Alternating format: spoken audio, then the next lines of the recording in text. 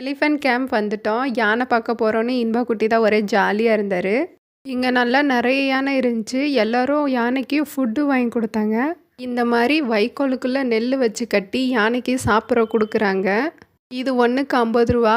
இன்பா கிட்ட கேட்டோம் குடுக்குறியான்னு. அவனும் சரின்னு சொன்னான். அப்புறம் நாங்களும் வாங்கி ஒண்ணு குடுத்தோம். அவன் கையில குடுக்க சொன்னா யானைக்கிட்ட இந்தான்னு சொல்லி தூக்கி போட்டுட்டான். அப்புறம் அவங்க அப்பா தான் வாங்கி குடுத்தாங்க.